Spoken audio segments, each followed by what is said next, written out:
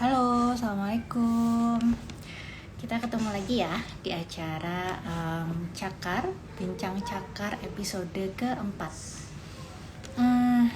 Hari ini bincang pakar kita bersama pakar Dr. Diki Budiman MSc PH.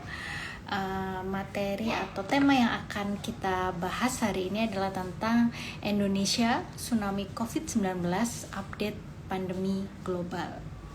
Oke, sebelumnya saya akan panggil dulu Dr. Diki Budiman. Mohon ditunggu ya. Dan bagi siapapun yang ingin bertanya, silahkan mengajukan pertanyaan atau tulis di komen aja. Kita tahu kan beberapa waktu ini angka COVID sangat tinggi. Jadi kita akan memanggil pakarnya, apa yang harus dilakukan, terus bagaimana kondisi saat ini, begitu ya. Sebentar ya.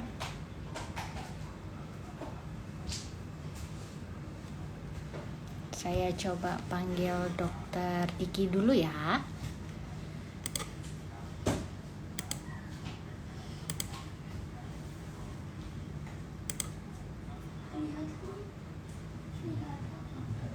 Oke, jadi kasus COVID-19 di Indonesia sudah sangat-sangat meresahkan.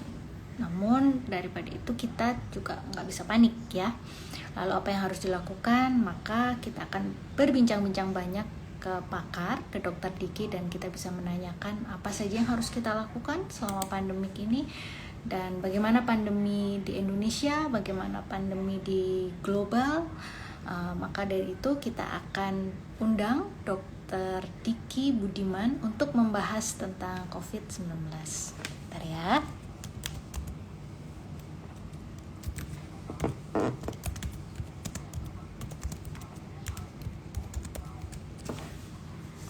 Saya akan memanggil Dr. Diki Budiman.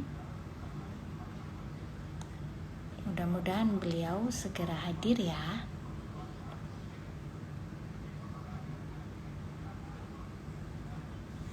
Oke, sebentar.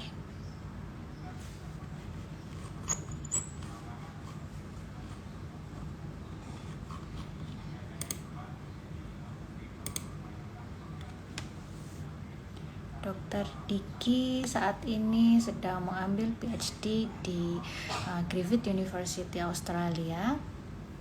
Kita akan memanggil beliau. Oke.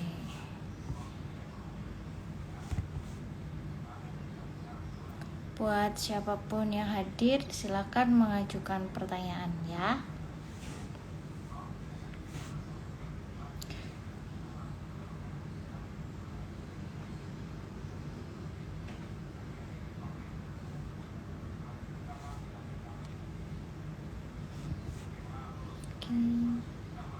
Kita akan memanggil Dokter Diki dulu.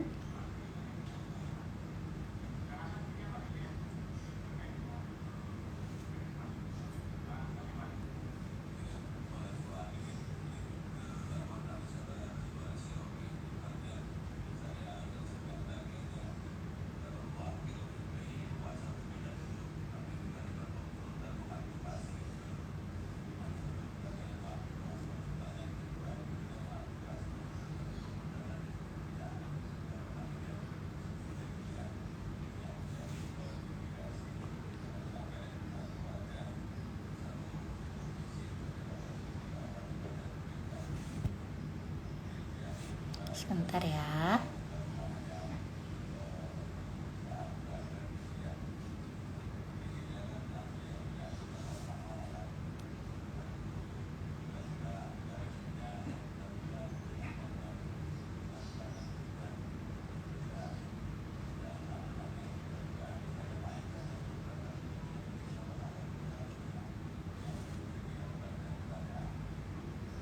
Dr. Diki sedang proses join masuk di live IG ini. Kita akan tunggu Dr. Diki untuk hadir di bincang pakar kita hari ini yang bertemakan Indonesia Tsunami COVID-19 Update Pandemi Global. Sebentar ya.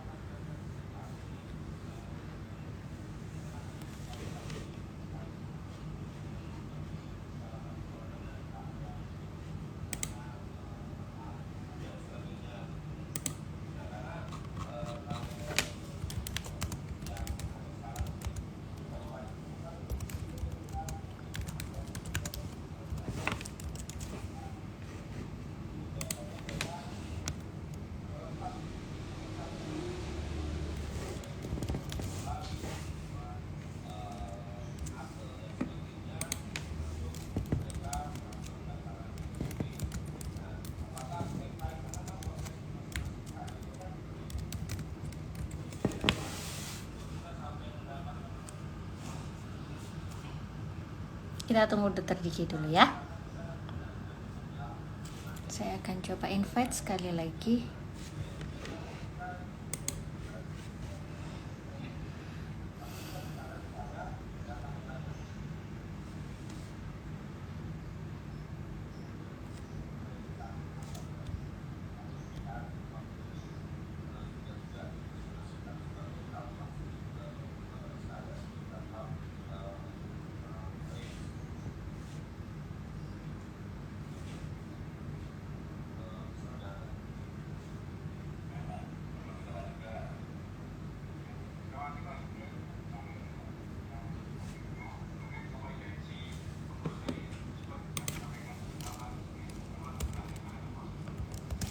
Dokter Diki sudah join. Saya invite dulu ya.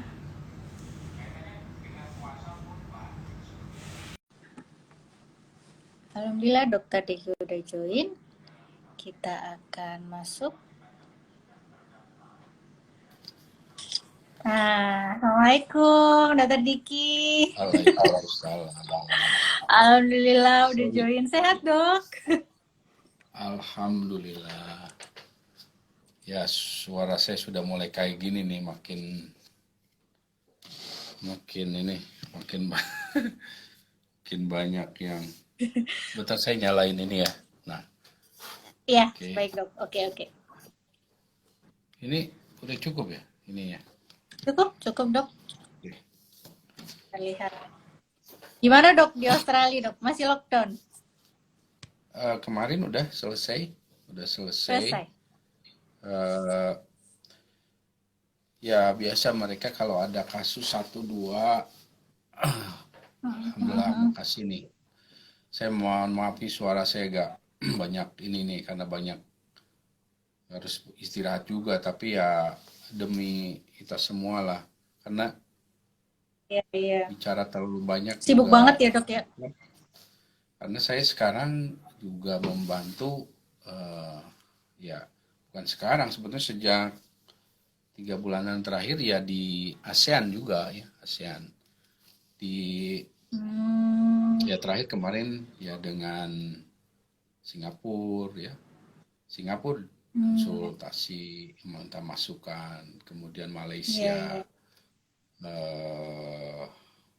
Vietnam, ya ASEAN lah, ASEAN, beberapa negara ASEAN.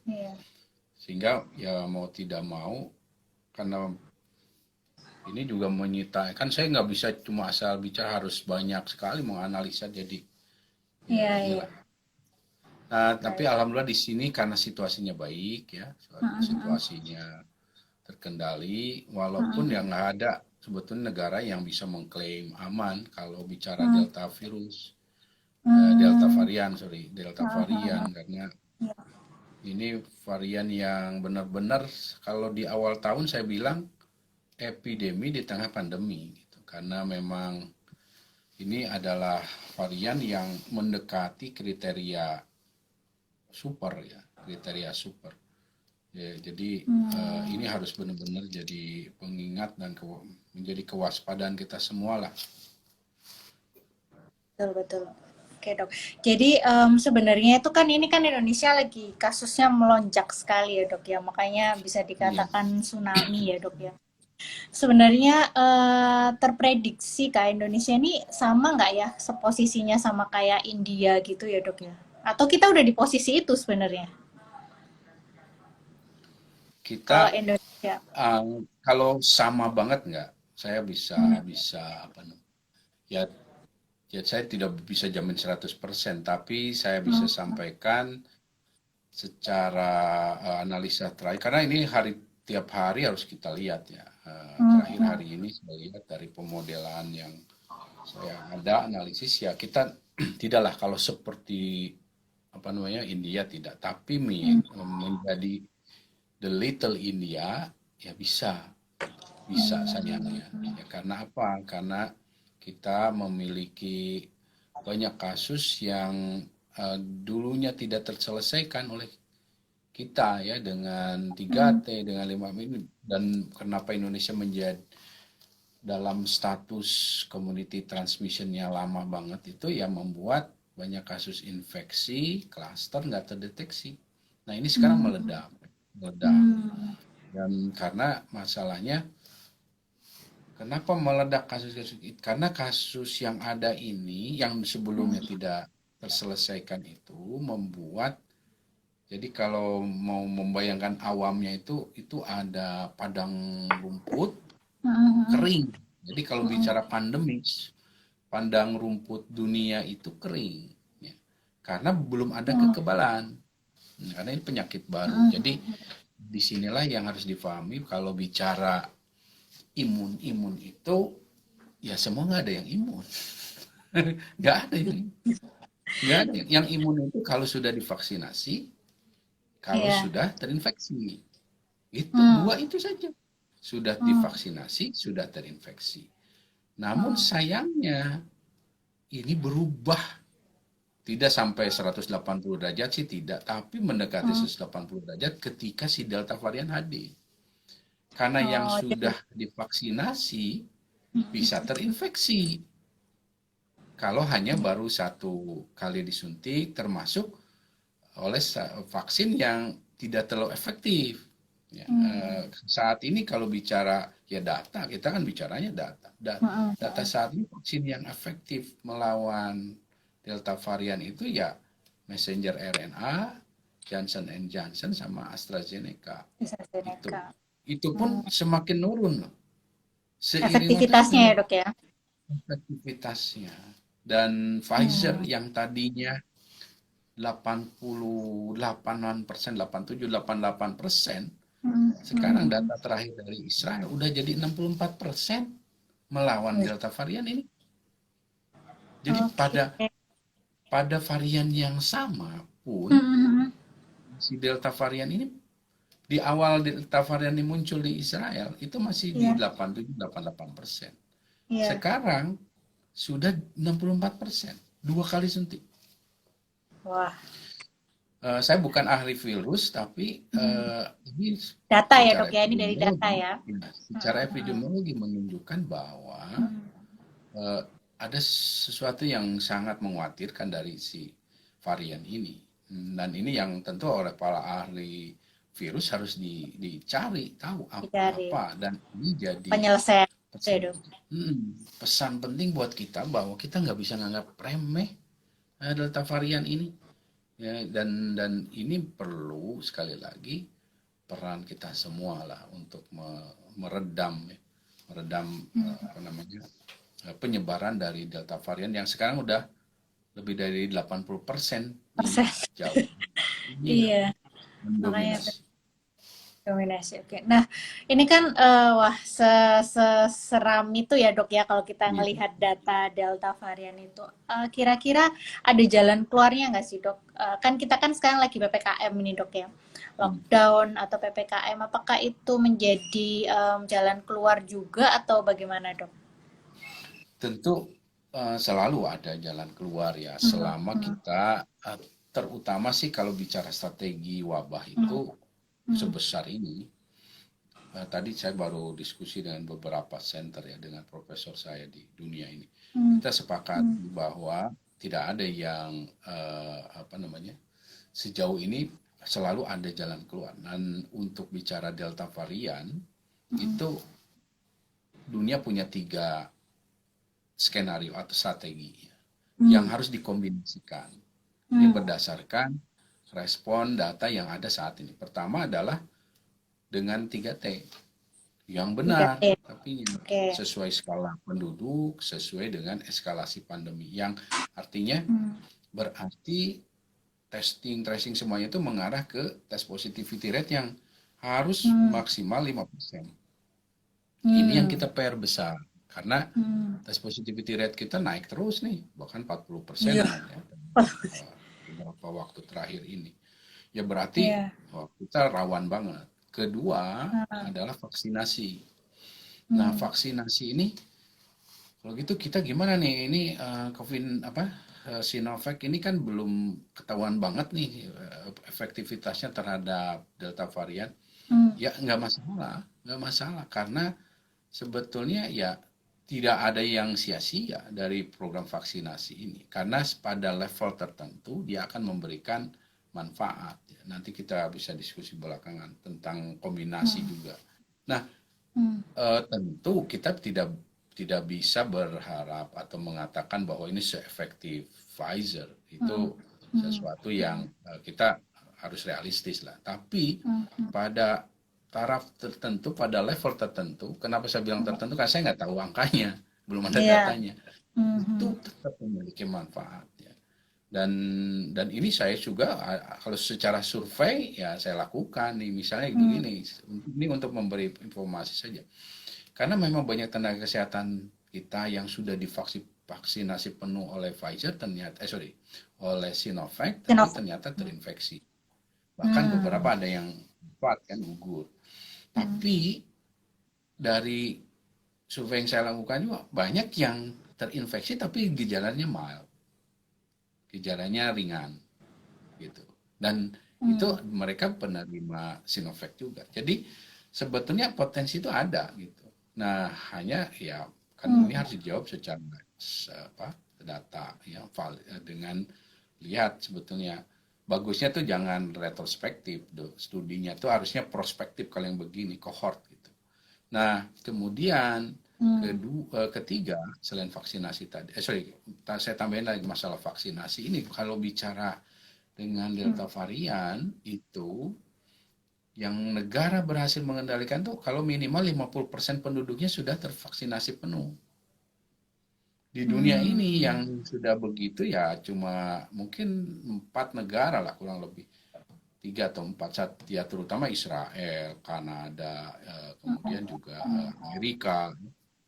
Nah, jadi mereka mengalami peningkatan kasus, karena nggak bisa memang. Sekarang itu infeksinya, kalau Delta varian mau divaksin juga terinfeksi.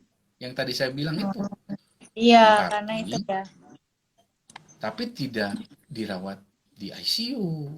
Tapi tidak sampai menyebabkan kematian. Tapi tidak juga untuk negara yang lebih dari 50% seperti Israel itu nggak membebani vaskes seperti kita. Nah, kita cakupan vaksinasi kita kan di 5%-an. Ya. Nah, ini tentu sangat membuat kita sangat berisiko gitu, berisiko. Makanya yang saya udah buat di Twitter saya ya, atau di Instagram saya juga, bahwa yang isoman itu, yang rawan itu bukan hanya masalah komorbid bisa, tapi yang nggak divaksinasi itu rawan. Terutama kalau dia usianya di atas 40 tahun. Nah, ini. Ketiga adalah pembatasan, strategi kombinasi itu. Pembatasan itu bukan hanya pembatasan dalam bentuk lockdown saja, tapi ya PPKM darurat ini oke saja, nggak masalah gitu. Memang tidak ideal, kita harus akui memang nggak ideal, tapi kalau nunggu ideal ya kapan lagi kita, karena nggak bisa kita tunda gitu respon itu. Yang penting adalah komitmennya, konsistensinya ya, dan pelaksanaan kedisiplinan oleh semua pihak ya, baik pemerintahnya, lihat tiap level maupun daerah. Nah, terakhir sorry, selain itu pembatasan itu juga masuknya, ya penguatan di pintu masuk itu penting. Nggak bisa kita di Hmm. dalam negeri berkuat, tapi pintu masuk masuk negara ini ya Tapi itu maksudnya tetap longgar. jalan. Iya, Iya, iya. dan, Betul. bukan berarti harus ditutup, tapi harus Ah, ada pengetatan, ada jelas kita menempatkan fungsi screening itu, karena yang terjadi selama ini ya kita lemah dalam screening. Dan saya ya, sudah sampaikan dari tahun lalu bahwa nggak bisa 5 hari karantina, 5 hari karantina. pintu masuk dalam situasi. Apalagi saat itu saya melihat potensi banyak varian baru, ya akan sangat berbahaya ya. Tapi ya ya sudahlah, pemerintah mengambil seperti itu, ya kita akhirnya menerima ini saat ini ya. Nah, artinya itu yang harus dilakukan, tiga kombinasi itu, pembatasan, vaksinasi, dan juga 3T. Nah, terakhir untuk Indonesia ada satu lagi yang saya tambahkan, yaitu Hmm. visitasi. Oh, Visitasi. Visitasi ini adalah ya. home visit, Home visit. kunjungan rumah. Ya, Hmm. jadi karena apa? Karena masyarakat kita ini mayoritas kalau sakit di rumah saja. Itu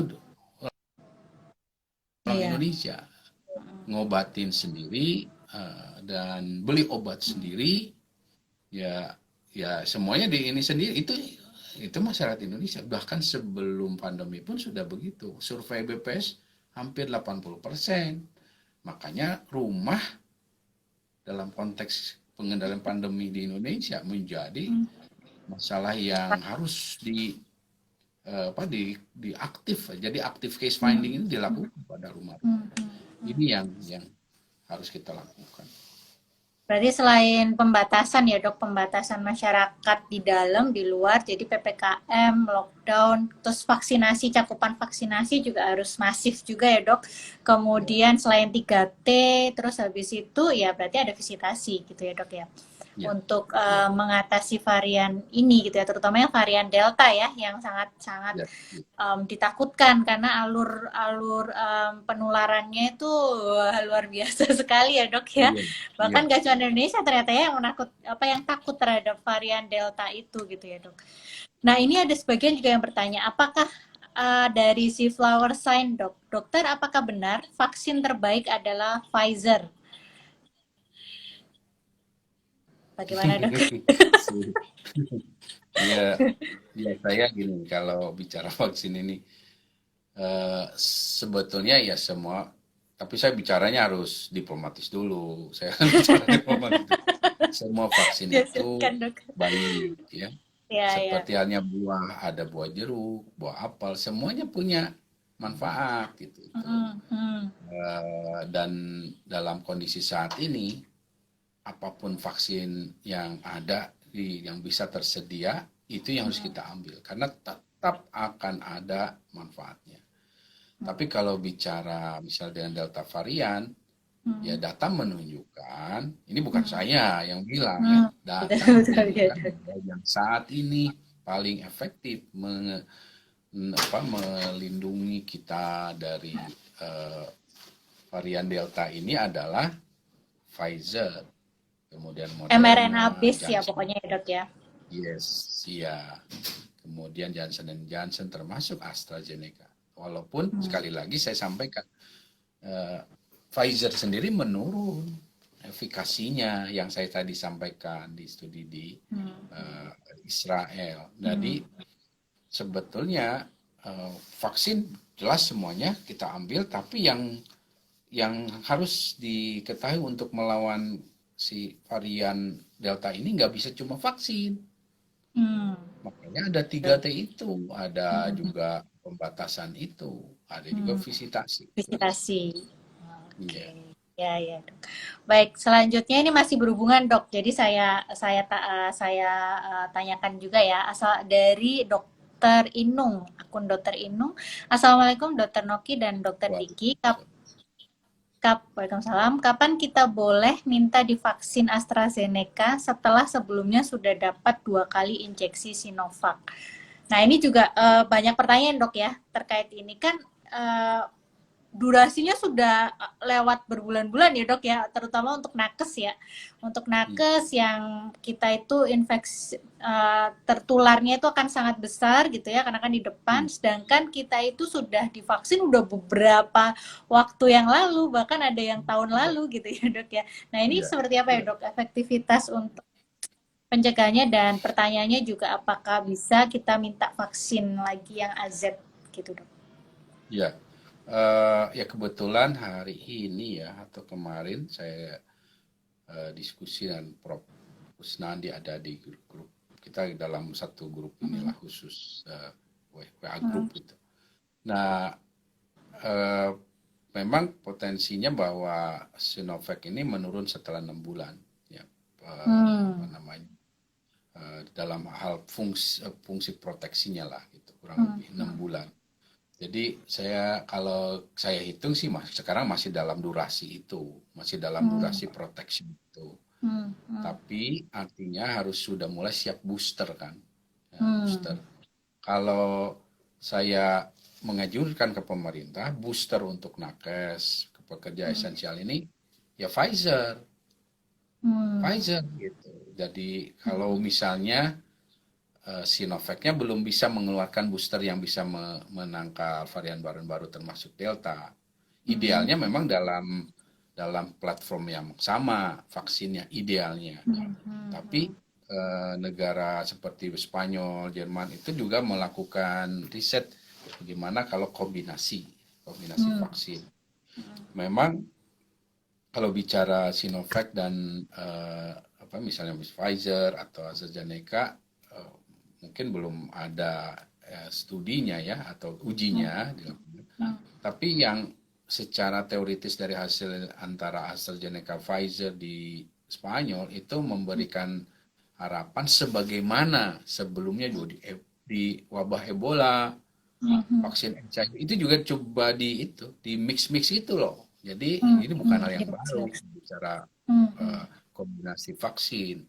Jadi kalau saya sih secara teoritis melihat ada banyak besar kemungkinan Sinovac pun bisa dengan si Pfizer. Karena data yang di sisi Spanyol itu juga menunjukkan ini kan platformnya berbeda. Yang satu vektor, yang Iya. satu messenger RNA. Tapi ternyata efikasinya meningkat. Meningkat gitu.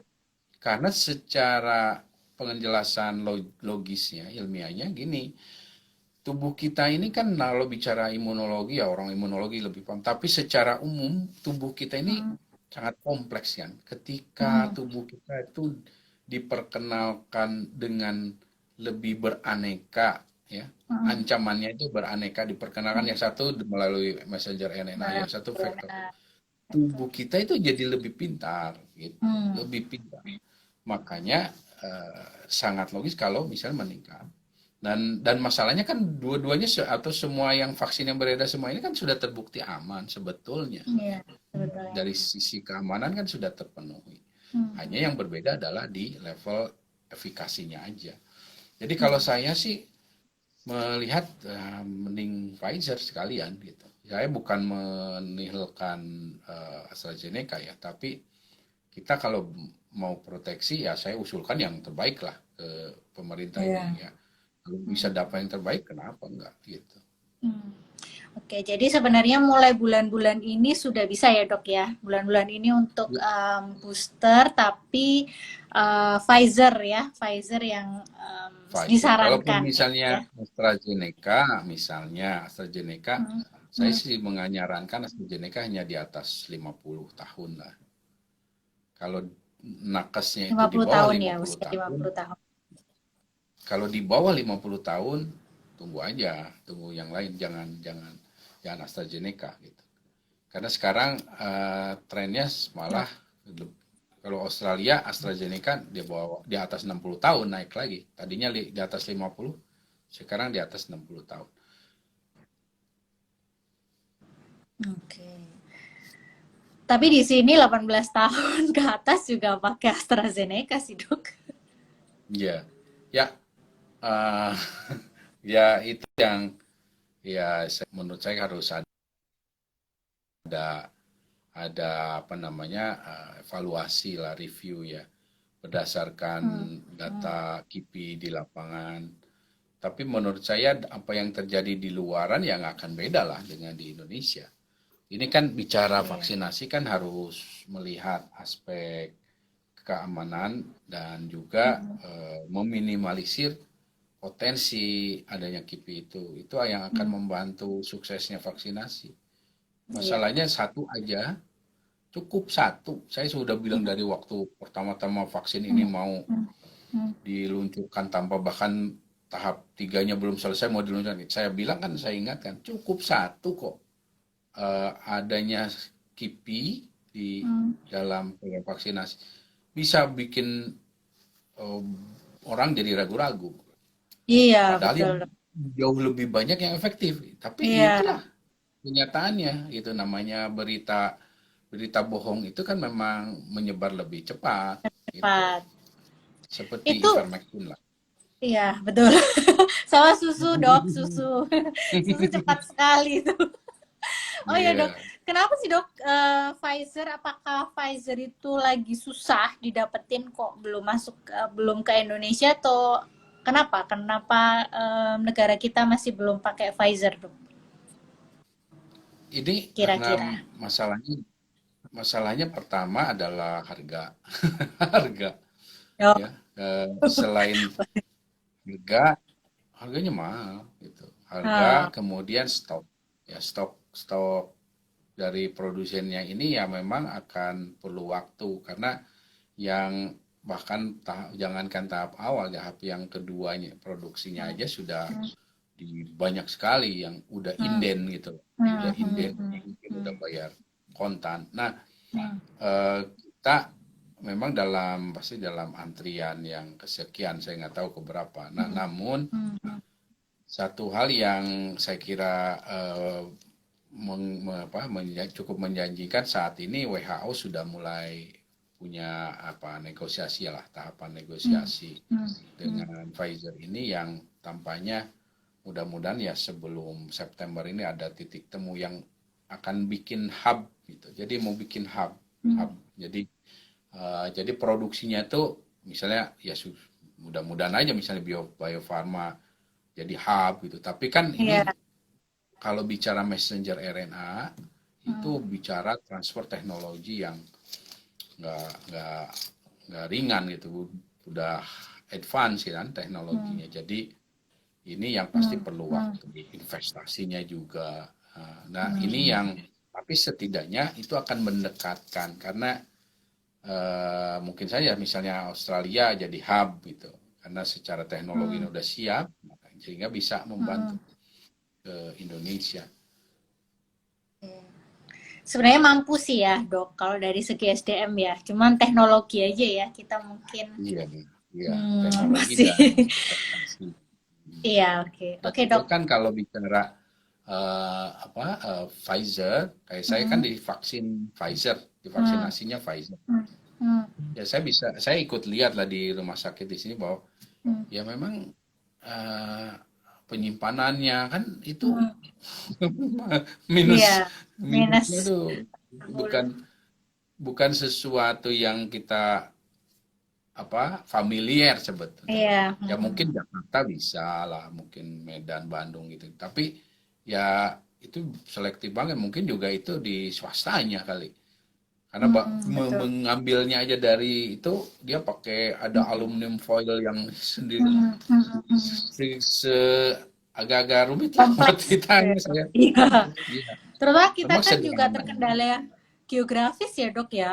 Kan terbagi Betul, pulau-pulau untuk betul, distribusinya mungkin juga PR ya buat betul, Indonesia betul, gitu ya, Dok ya. betul. Oke. Kalau Nah, kalau Dok, saya ya. melihat sih Johnson Johnson agak sangat menjanjikan lah. Kalau J&J itu ya Oke. dia satu kali suntik Hmm, dan juga efektif. Efektif nih dia, hmm, jauh lebih hmm, hmm, efektif daripada si AstraZeneca untuk apa namanya untuk hmm. varian. Satu kali lagi Varian nyuntiknya cuma satu. dan Bisa untuk booster ya itu ya, Dok, sebenarnya ya. ya Efektif tapi ya jumlahnya cuma satu kali. Dikit banget, susah banget ini pasti orang berebut. Pada perebutan, apalagi ada Delta Iya, varian ini ya dok. Oh ya dok, kemarin tuh kan saya lihat ini dok, grafik yang dari dokter buat itu dok tentang iya, prediksi ya. iya, Prediksi angka lonjakan untuk Indonesia. Ya, saya tahu sih pasti akan berubah-berubah terus seiring iya, dengan perkembangan ya. Nah, kalau ini kan kita live nih hari ini ya, Dok. iya. Kira-kira apakah kurva itu masih relate gitu ya sama kondisi kita saat ini? Kan itu kalau nggak salah prediksinya puncaknya masih sampai Agustus ya, Dok ya. Kurva yang Iya. tinggi-tinggi itu. Nah, Hmm. itu apakah masih gitu ya, masih bisa kita jadikan acuan gitu ya dok, kalau misalnya puncaknya itu di Agustus atau tidak. Hmm. Nah, Hmm. puncaknya itu yang di Agustus bisa juga berkepanjangan gitu, tapi jangan deh dok, dong bila jangan, itu Hmm. bila apa gitu dok. Iya. Jadi kalau dalam pemodelan Hmm. atau prediksi satu Hmm. gelombang Hmm. wabah itu, Hmm. puncak itu ada tiga Hmm. sebetulnya. Jadi Hmm. tidak dalam satu puncak semua terjadi di situ. Hmm. Jadi Hmm. puncak itu ada puncak kasus infeksinya, Hmm. jadi kasus terbanyak. Nah, Hmm. Hmm. itu Hmm. biasanya duluan puncaknya terjadi, duluan dia. Kayak kita sekarang Nah, ini ya dok ya. belum Oh gitu. belum, Kita waduh, kenapa belum? belum. Kita Iya ya dok. pemodelan analisa saya lihat terakhir ya masih di akhir Juli itu Akhir puncak Juli, oke, kasus infeksi akhir Juli. oke. Ya di antara 30 31 itu udah gitu ya, sampai 1 Agustus. Jadi karena puncak Hmm. itu nggak single days gitu, nggak satu Hmm. hari gitu, Hmm. biasanya Range beberapa ya hari. dok, range ya. Ya, ya. Hmm. Nah itu puncak pertama. Puncak berikut itu Hmm. biasanya adalah hunian rumah sakit gitu. Jadi Hmm. puncak pada beban kapasitas vaskes itu akan terjadi biasanya paling cepat sesuai ininya, sesuai inkubasinya dari penyakit itu. Jadi kalau di rata-rata sekarang ini saya melihat jangan-jangan kalau yang delta ini saya nggak tahu ya, tapi karena belum datanya. Tapi kayaknya kurang dari 4 hari, kayaknya kurang dari 4 hari si inkubasinya gitu. Kemungkinannya bisa 3 Oh. mungkin. Nah, artinya ketika puncak terjadi, katakanlah tanggal 30, nah nanti 3 sampai 5 hari kemudian puncak di beban di vaskes. Hmm. Jadi mulai ruang isolasi sampai dengan ICU. Nah itu. Nah kemudian, Dan kita belum di tapi untuk puncak itu ya dok ya. belum. Jadi puncak puncak yang tertinggi tadi yang Ya. 31 Julian atau akhir Juli itu adalah puncak Hmm. kasus Hmm. infeksi. Hmm. Hmm. Kemudian di Infeksi. katakanlah 3 Hmm. 4 Agustus ya atau 3 ya Hmm. Hmm.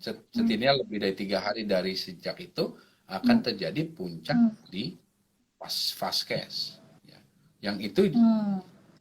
tergantung nah ini tergantung seberapa banyak kasus infeksinya itu yang Aduh. rata-rata ya setidaknya semingguan. Nah, kemudian nanti akan ada juga puncak kematian. Puncak Hmm. kematian. Puncak kematian itu umumnya terjadi di rata-rata itu 2 sampai 3 minggu dari sejak kasus infeksi itu memuncak gitu. Nah, Hmm. makanya sebetulnya puncak itu akan umumnya dalam dalam pemodelan orang itu perlihatkan puncak kasus infeksi.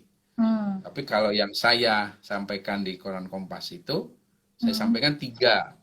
Hmm. Karena memang begitu, alami Hmm. Hmm. naturalnya puncak tuh begitu. Hmm. Gitu. Hmm.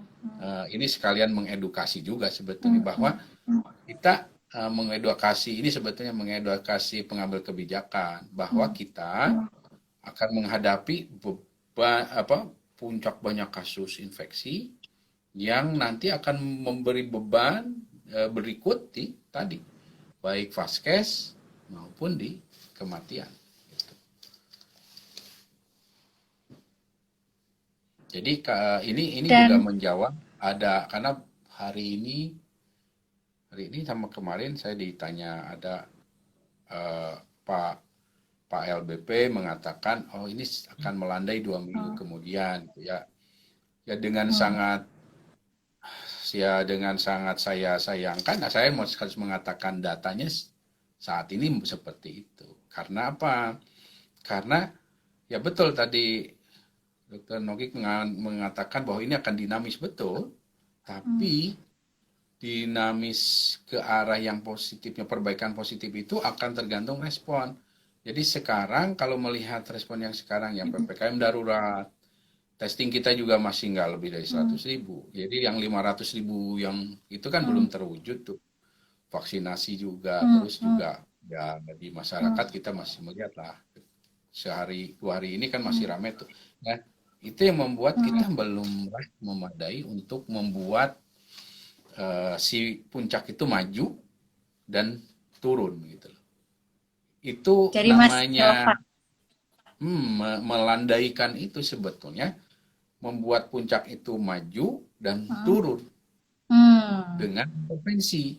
Intervensi hmm, yang tadi kombinasi itu. Nah, hmm. sayangnya sejauh ini intervensi kita belum memadai membuat puncak itu maju. Masih kurang greget gitu ya dok ya, masih kurang gitu ya intervensinya Iya, ya. iya. Aduh, nah, em, apa namanya, kan tadi tuh kita sekarang itu kan kata dokter Diki itu kan masih belum di puncak angka positif ya dok ya, jadi kan tadi kan ada tiga itu ya dok, tiga Iya, puncak.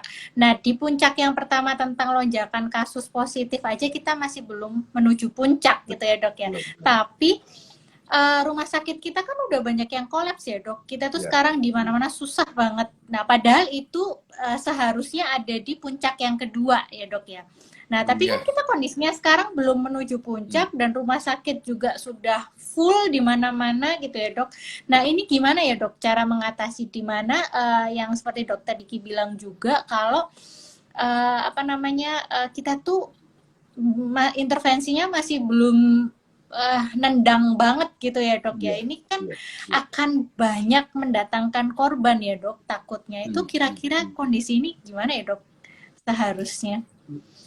Ya, makanya sebetulnya ya kenapa mengusulkan lockdown itu beberapa waktu lalu, ya karena itulah yang akan me- memajukan puncak, Hmm. menurunkan puncak. Itu melandaikan tuh gitu. Eh, Hmm. Lockdown itu. Karena Hmm. kalau hanya yang sifatnya semi lockdown ini mungkin kategorinya semi lockdown lah kalau PPKM ini ya. Eh, Iya, Kalau iya, memang nggak semua dok. pergerakannya Di daerah dibatasi. lain, Nah, kalau mm-mm. kalau kalau semi lockdown ya kita nggak akan bisa mencegah lonjakan kasus di Vaskes itu mengurangi beban Vaskes. Nah, Hmm. makanya tindakan lockdown ini kemarin kan saya juga diminta masukan sama Hmm. Malaysia. Hmm. Bisa saya bilang karena dia bilang aduh lockdown ini berat gitu ya. Ya sama lah semua Hmm. negara kalau yang pas-pasan ya berat itu. Nah, kalau saya bilang begini, lockdown pun memiliki jebakan, jebakan Batman lockdown. Jebakannya itu karena siklusnya bisa terus terjadi berulang. Gitu. Hmm. Hmm. Lockdown, longgar, lockdown gitu. Dan itu Hmm. berat banget. Hmm. Dan untuk diketahui lockdown itu juga sifatnya kan posisi lockdown itu dalam strategi pandemi itu dia adalah opsi darurat dan strategi tambahan gitu. Hmm. Strategi penguat. Jadi Hmm. bukan strategi satu-satunya juga apalagi bukan strategi utama, bukan. Hmm. Hmm. Strategi Hmm. utama itu di yang 3T gitu, terutama. Itu 3T. yang utama. Nah, Hmm. kalau lockdown itu kita lakukan, tapi dalam situasi beban di Vaskes memang itu pilihan yang pas karena akan Hmm. dapat mengurangi beban ke Vaskes maupun potensi kasus lainnya. Kalau kita nggak bisa fully lockdown, ya, Hmm. ya kita terutama melihat pada strategi yang fundamennya, yang 3T-nya gitu. Itu yang selama ini jadi PR kita kan. Nah, kemudian Betul. lakukan juga seiring waktu itu ya walaupun vaksinasi itu akan sifatnya sebenarnya bukan short term protection tapi long term protection atau mid term. Nah, yang utama lagi adalah visitasi tadi, yang ke rumah-rumah itu yang akan mengurangi orang-orang potensi orang-orang yang isoman itu jadi harus ke rumah sakit gitu. Karena Itu kan sekarang bagus tuh dokter rehab medik udah punya apa namanya tips untuk orang-orang yang isoman, yang prone jadi position itu ya dok ya. prone position sama olah paru nafas itu penting loh karena gini anak saya ini sekarang di ini kan isoman Oh, isoman anak saya. Nah di saya Australia anak. di BSD Oh, di Indonesia. di Indonesia. Oh, Kalau di Australia ya nggak akan terinfeksi. iya, makanya saya Kalau di sini kaget. Oh, tahu ternyata di Indonesia. Oke. di Indonesia. Nah, karena Hmm, nggak keburu ke sini, keburu lockdown, apa hmm, pandemi. hmm, Nah, hmm, hmm, itu bermanfaat gitu, menambah saturasi. hmm, Dan itu yang harus dilakukan dan termasuk menemukan orang-orang yang berisiko eh, beralih ke jadi berat. oke dok. Kita coba menjawab dulu ya dok ya sebagian pertanyaan. Pertama dari eh, Dokter Inung lagi, jika seorang ibu kontak erat dengan balitanya, si ibu positif, balitanya negatif, jika belum ada pilihan yang lebih baik, bagaimana protokol yang harus diterapkan oleh si ibu selama isoman sambil mengasuh balitanya? Banyak dok ini Ya, di Indonesia. ya. Jadi sebetulnya begini, satu hal yang harus diketahui secara data, angka kasus infeksi pada anak tetap paling kecil secara Hmm, proporsi. hmm, Dan bukan berarti mereka tidak bisa terinfeksi, tapi hmm, anak ini memiliki kondisi yang lebih menguntungkan ya, hmm, secara fisiknya hmm, untuk tidak terinfeksi COVID-19. Ya. hmm, hmm. Ada potensinya, tapi maksudnya dibanding kenapa kok proporsinya selalu lebih kecil dari lansia atau usia di atasnya itu? Karena pertama anak ini dari jumlah reseptor ACE2-nya kecil Hmm, gitu. Ini sudah ada risetnya hmm, satu hmm. itu. Kedua dari sistem imunitasnya yang memang belum lengkap. Itu yang Terbentuk membuat sempurna dia ya, belum jadi ya, terbentuk. itu yang membuat dia jadi lebih untung karena badai sitokinnya tuh jarang banget pada anak Hmm, ya. hmm. Jarang banget terjadi. Karena sebetulnya kalau bicara imun yang berlebihan malah merugikan kalau untuk COVID-19 ini. Kena COVID Malah ya, iya. bikin jadi fatal jadi gitu. Hmm, Nah, oleh karena itu tapi bukan berarti kita bisa abai ya. Oleh karena itu hmm, sebetulnya ya kalau menjalani isoman ya tetap si ibu upayakan itu sendiri. Itu opsi yang paling ini ya, paling harus diutamakan. hmm, Dia harus hmm, terpisah lah hmm, tetap dari si anak. hmm, Tapi dalam kondisi yang hmm. memang tidak ada Si anak. pilihan lain, ya si ibu ini ya terpaksa harus pakai terus si maskernya 2 lapis KPD ya. selama ada ya Hmm, karena kan kita juga harus melihat nggak bisa ke rumah sakit nggak bisa kan rumahnya juga kamarnya cuma hmm, itu hmm, aja misalnya kan kita hmm, harus hmm, melihat pada level paling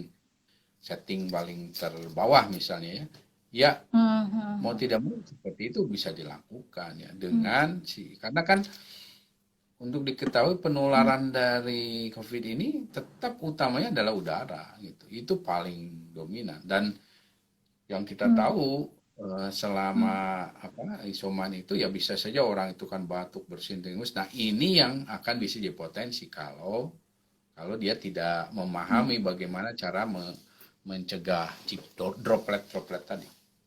hmm, hmm, hmm.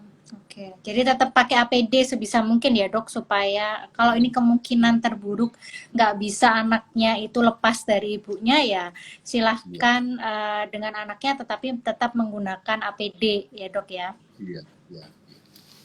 Oke, kemudian selanjutnya dari akun Irena Sutanto. Dok, apa sebenarnya herd immunity dari pandangan epidemiolog? Apakah vaksin bisa membentuk herd immunity ini? Nah, ini banyak banget juga sih, Dok. Kita juga sempat pernah Mm, berdiskusi ya terkait herd mm, immunity ini kan digaung-gaungkan bila vaksin berapa persen, kemudian bila yang iya, terinfeksi sudah berapa gitu ya, dan ternyata tidak iya, sesimpel itu gitu ya dok ya. Nah monggo dok bisa betul. dijelaskan apa itu herd immunity dan bagaimana sebenarnya kita bisa mencapai itu.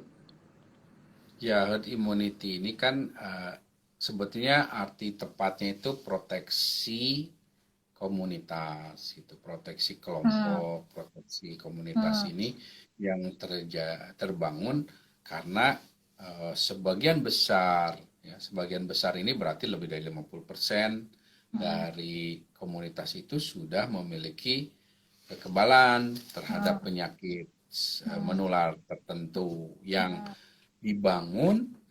dibangun baik oleh karena dia divaksinasi dan itu yang paling harus diarahkan atau dituju, tapi hmm, juga ada yang dibangun karena terinfeksi gitu hmm, sebetulnya. hmm, Jadi hmm, jadi dua sebetulnya. Tapi kalau bicara herd immunity dalam artian strategi, hmm. yang harus dihitung adalah yang divaksinasi gitu. Tapi Oh. pada fakta di lapangan, Hmm. kekebalan kelompok itu ya sebetulnya udah mix antara yang divaksinasi Infeksi sama yang pernah terinfeksi atau menjadi terinfeksi. penyintas. Karena ini tadi juga pertanyaan salah satu dari Australia Hmm. dalam diskusi meminta pendapat saya, itu India turun itu. India turun. Vaksinasi India tuh nggak bagus-bagus amat. Nah, Testingnya bagus, lumayan lah, jauh lah dengan Indonesia. ah, Kemudian dia ada lockdown pembatasan ada, tapi nggak ini banget. Ada lockdown dia ah, pernah lah ah. 5 kali lockdown. Hmm. Nah, herd immunity dia mencapai ada pada beberapa lokasinya. Tapi kekebalan komunitas yang terjadinya karena ya tadi yang terinfeksi, yang Terinfeksi. memakan korban ya jutaan. Hmm. Korbannya itu jutaan gitu. Jadi Hmm. itu yang mahal, kan. Kita nggak boleh mengambil jalan itu karena akan ya seperti di India kan udah luar biasa. Sampai mesin apa namanya, kremasinya udah nggak Pembakaran bisa jalan karena kremasi. panas banget kan, Hmm. dan akhirnya di sungai itu nggak itu. Nah itu yang nggak boleh ya. Tapi terjadi Hmm. di India gitu. Dan karena itulah hukum alamnya begitu. Jadi Hmm. combine, mix Hmm. antara yang vaksinasi sama yang terinfeksi tadi. Nah, tapi kalau dalam strategi sebenarnya ya kita harus melihat namanya kekebalan kelompok itu mencapai bukan kekebalan kelompoknya dulu, tapi thresholdnya aja dulu atau Hmm. ambang dari Hmm. kekebalan itu ada 3 variabel dalam Hmm. formulanya yang harus Hmm. dicapai, yaitu Hmm. angka reproduksi yang harus Hmm. serendah mungkin, ya berarti Hmm. kan 3 segala macam. Hmm. Kedua adalah bagaimana efikasi dari si vaksin itu Hmm. dalam Hmm. mencegah penularan. Nah, ini Hmm. yang kalau bicara beberapa vaksin ya belum ketahuan angkanya. Hmm. Ketiga Hmm. baru coveragenya, cakupan dari vaksinasinya yang Hmm. mau berapa persen, mau berapa persen. Nah, itu sebetulnya ya sama estimasi juga. Indonesia Hmm. bisa menentukan oh, oke 80 persenan, 181 juta. Ya, itu estimasi juga. Karena kalau angka reproduksinya tinggi, Berubah juga ya dok. kemudian itu akan tinggi. Perlu Iya. cakupan bisa Iya. 90-90% gitu. Nah, Iya. ini yang makanya dinamis. Jadi Hmm. bukan berarti ketika tercapai 181 juta divaksinasi otomatis kita mencapai Herd herd immunity immunity. enggak. tapi thresholdnya mungkin ya, tapi ada kata mungkin juga karena tergantung nanti angka reproduksinya dan juga berapa efektif si vaksin mencegah penularan. Jadi panjang kan ceritanya kalau herd immunity. Makanya kalau bicara herd immunity, kalau apa variola itu cacar variola kan lebih dari 100 tahun tercapainya. Dan itu kombinasi antara orang sakit dan orang yang vaksinasi. Kematiannya juga banyak, termasuk polio. Oke, aduh mencerahkan sekali Dokter Diki. Kita lanjut ya Dok ke pertanyaan selanjutnya. Ini ada 2 pertanyaan lagi dari audiens. Jadi dari akun si Flower Sign, berdasarkan epidemiologi, kapan kurva kira-kira melandai ya Dok? Karena kasus harian masih terus meningkat. Itu sebenarnya sudah dijawab tadi ya Dok ya. Kita bisa lanjut. Tapi melandainya belum. Melandainya belum. Tentu ya. Melandainya gini. Jadi saat ini saya harus ingin sampaikan bahwa ini sampai setidaknya akhir September adalah masa paling buruk dari pandemi kita, perjalanan pandemi kita. Selanjutnya, mudah-mudahan ya tidak ada varian. Mudah-mudahan tidak ada varian baru lagi seheboh Delta varian ya. Itu kita akan landai itu. Jadi awal Oktober itu udah mulai landai. Dan itu gelombang kecil lah, gelombang kecil. Nah, meskipun begitu, ya kita nggak bisa tetap harus melakukan yang vaksinasi segala macam karena dalam perjalanan gelombang kecil itu bisa banyak kasus kematian. Ya. Ini tapi saya bilang tapi ini bicara terutama konteks Jawa Bali. Karena apa? Saya sampaikan dari tahun lalu bahwa Indonesia ini negara kepulauan. Jadi nggak bisa kita itu kalau bicara sebetulnya pemodelan gitu lebih merepresentasikannya itu sebenarnya banyaknya Jawa Bali, Madura. Iya. Populasinya juga banyak kan Dok? Betul. Nah, artinya setelah ini kita akan bisa menghadapi ya gelombang lain di Sumatera, Kalimantan, itu menyusul belum. Betul. Karena PPKM-nya juga nggak sampai sana, ya kan dok? Betul. Nah jadi ya mungkin di Jawa, Bali, Madura akan mulai melandai, tapi di tempat lain bisa meningkat. Bisa meninggi. Dan itu dok, PPKM di Jawa Bali, di tempat-tempat lain, kerumunan, terus habis itu nggak pakai masker dan segala macam banyak. Dan ini takutnya jadi Jawa Bali PPKM, terus di daerah lain mulai nih nanti akan gitu ya. PPKM selesai sana yang tinggi, di sini jadi kayak terus-terusan nggak ada habisnya gitu ya dok ya.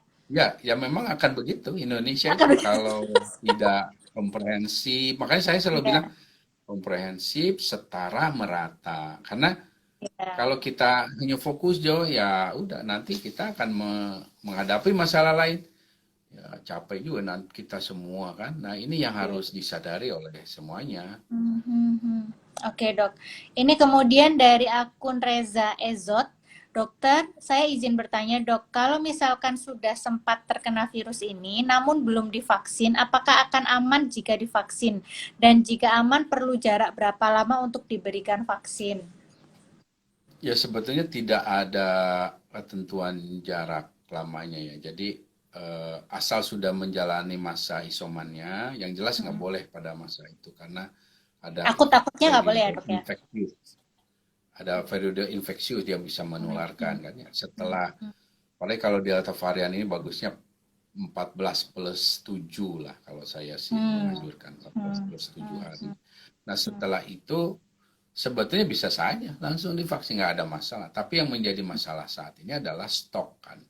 Dan kita harus mengutamakan orang yang rawan yang harus divaksinasi. Kemudian orang yang sudah jadi penyintas ini akan memiliki kekebalan dalam taraf tertentu ya setidaknya dalam 2-3 bulan ke depan sehingga ya penundaan itu menjadi bijak ya dalam konteks kita karena kita masih terbatas vaksinnya gitu. Jadi sebetulnya nggak ada masalah kalau mau langsung.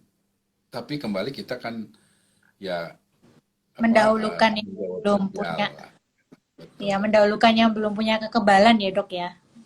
Nah, Oke, kemudian dari akun, jadi sebenarnya mau kapanpun, pokoknya nggak lagi kondisi akut bisa. Cuman kan bisa. kalau yang sudah penyintas kan dia sudah punya antibody ya dok. Kita dahulukan yang belum punya antibody gitu ya dok ya. Oke, baik. Selanjutnya dari akun Dewi Jantika. Assalamualaikum Dokter Noki dan Dokter Diki. Saya baca berita, Waalaikumsalam. Saya baca berita Fauzi Bowo, Dubes Jerman divaksin Pfizer, pulang ke Indonesia tes COVID positif. Saya mau tanya, kenapa bisa juga terkena COVID? Apakah pengaruh cuaca juga? Ya, namanya saya nggak tahu beliau divaksinasinya sudah lengkap belum satu. Hmm. Karena Pfizer itu juga 21 hari gitu, 21 Hmm. hari. Atau kedua bahwa yang namanya Pfizer sendiri kalau bicara Delta varian kan tadi sudah saya sampaikan 64% Iya, iya efektivitasnya. betul. Iya, Nah, artinya ya masih mungkin. bukan berarti nggak bisa terinfeksi, kita bisa tetap bisa Hmm. terinfeksi. Yang di Israel pun banyak yang terinfeksi, Hmm. tapi Hmm. tidak harus di rumah sakit, tidak harus Bisa dirawat mild juga. saja ya dok ya. Betul, begitu. Dan Hmm. bahkan tidak meningkatkan angka kematian. Jadi Israel itu begitu. Hmm. Dia penduduknya sudah lebih dari 60% kan Hmm. divaksinasi, Hmm. sehingga ketika orang itu oleh Pfizer ya, ketika orang itu Hmm. terinfeksi, ya, di mana negara lain angka kematian tinggi, di Israel malah menurun sekarang. Gitu. Jadi Hmm. karena itu membuktikan berarti vaksinasi itu bekerja efektif Hmm. untuk mencegah kesakitan maupun kematian.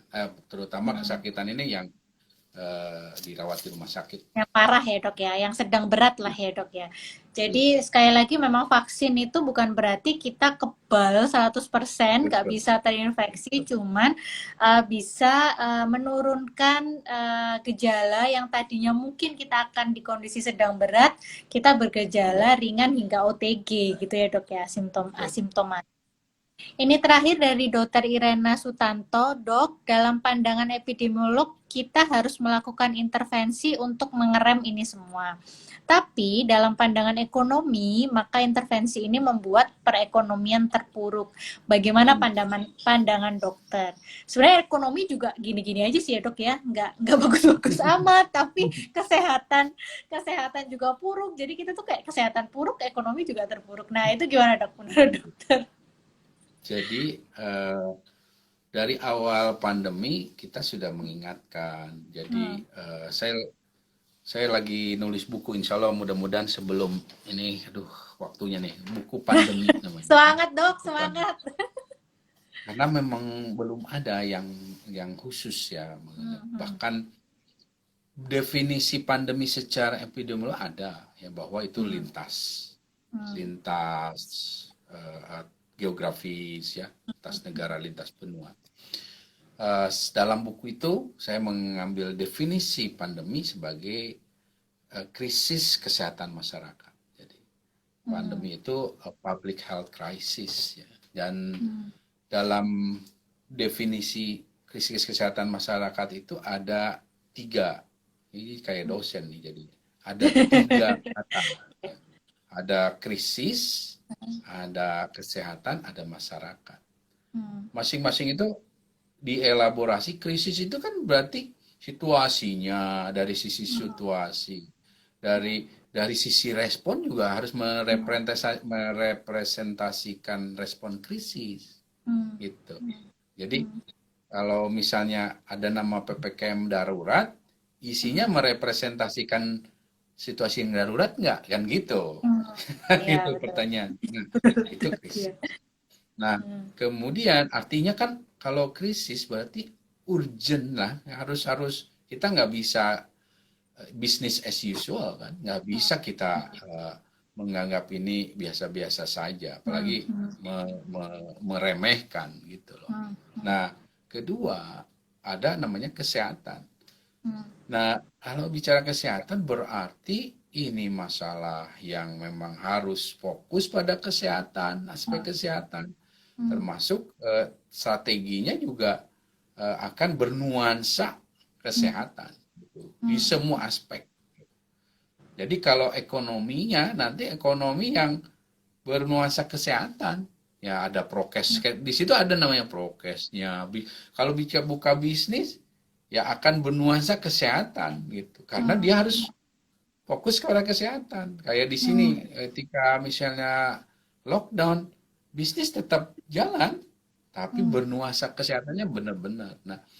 Nah, ini Hmm. juga yang diperkuat dengan pada tahun 2020 saya hadir dalam diskusi global antara pakar ekonomi global dan global health, Hmm. Hmm. terutama global psychology. Nah, di pertemuan itu disepakati eh, bahwa bahkan orang ahli ekonomi global sendiri mengatakan bahwa ya fokuslah pada ekonomi gitu, karena itu yang akan memulihkan.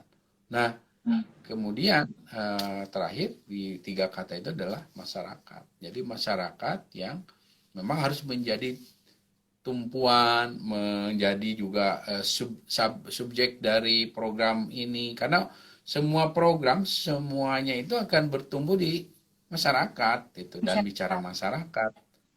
masyarakat, individu masyarakat itu ya ada di komunitas sendiri, ada yang di pemerintahan. Hmm. Jadi Hmm. nggak bisa. Emang yang di pemerintah itu nggak kembali ke masyarakat, kembali juga ke Iya. masyarakat.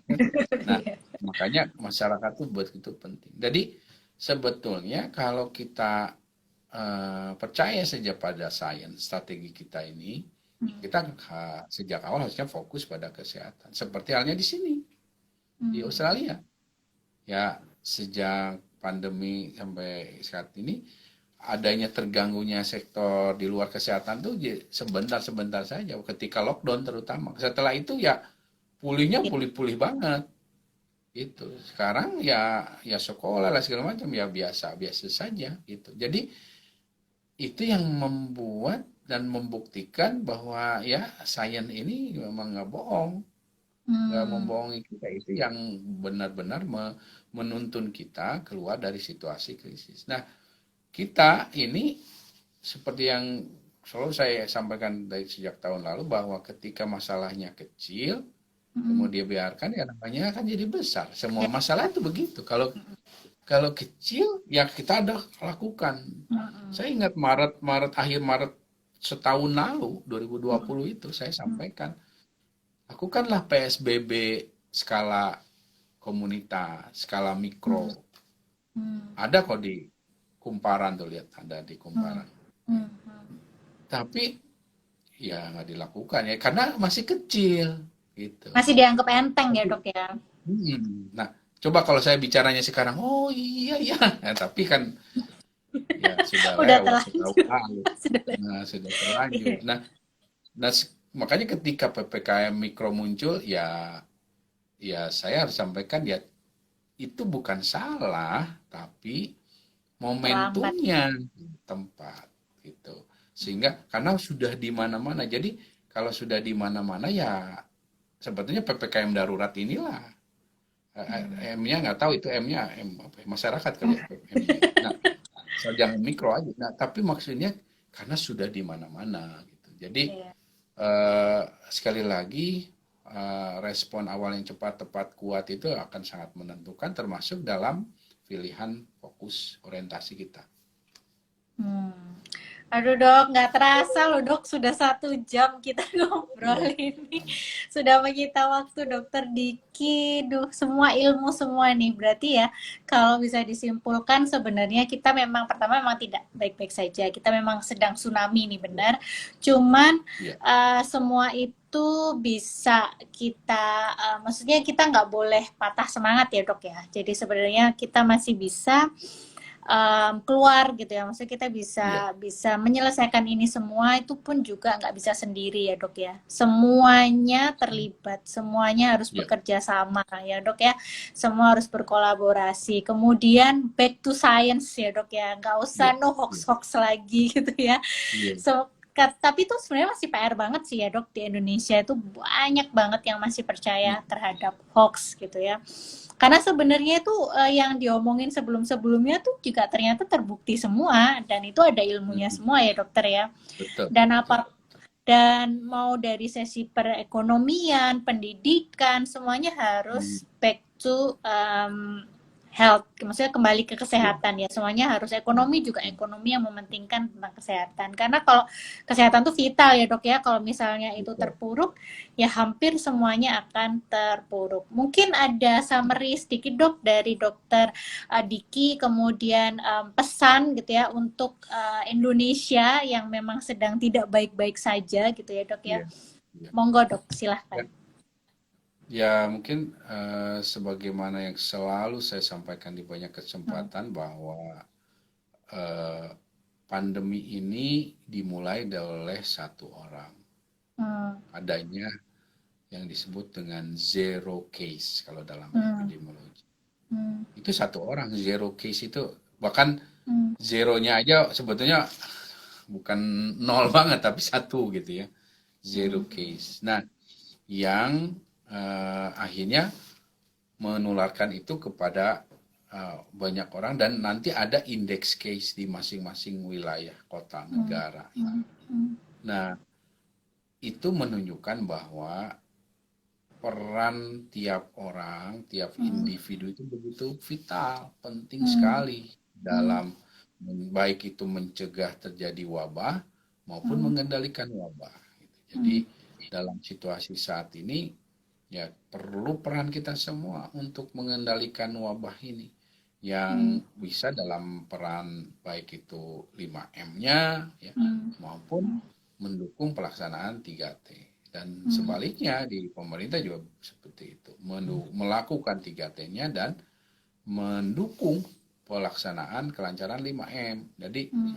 oleh karena itulah, karena yang satu orang ini, satu individu ini ada di masyarakat, ada di pemerintahan. Jadi setiap kita punya tanggung jawab sosial, moral untuk berperan mengendalikan pandemi ini. Oke, wah, terima kasih Dokter Diki. Ya, Kemudian ini ada sama-sama. pesan ditunggu bukunya Dokter Diki. Kemudian izin Insya ikut Allah. izin ikut kuliah Dokter Diki nanti ya Dok gitu. Dokter Diki Insya ini Allah. ngomong juga jadi dosen ya Dok di FK Hamka kadang ya Ya, ngajar ya. di FK Hamka. Monggo bisa ikut kuliah Dokter Diki kalau pas Dokter Sekarang Diki udah di mana-mana ngajak udah dosen di tamunya. mana-mana dosen Hmm, tamunya. Iya udah bisa di bisa mana-mana. banget di mana-mana. Dokter Diki sekarang lagi hati-hati dok, katanya tadi sakit tenggorokan ya. Iya, iya. Ya itu Ya, makanya sekarang permintaan kuliah di ini dulu. Eh, saya di Unhan juga, di ini juga, ya dibatasin ya dok banyak ya. lah. Insya Allah lah, mudah-mudahan yang terbaik untuk semuanya. Amin, amin.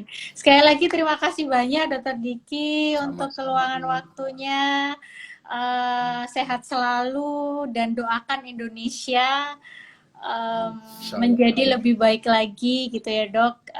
Kemudian mohon maaf ya dokter kalau misalnya ada salah kata dari saya. Kemudian ilmunya Sama-sama. mudah-mudahan bermanfaat dan dari edukasi ini mudah-mudahan bisa mencerahkan masyarakat. Kemudian sekali lagi semua ikut andil ya dok, pemerintah, rakyat, semua lini pokoknya Ya. harus bersinergi dan bekerja sama. Sekali lagi terima kasih banyak ya dok. Oke. Hatur nuhun. Assalamualaikum. Assalamualaikum warahmatullahi wabarakatuh. Waalaikumsalam.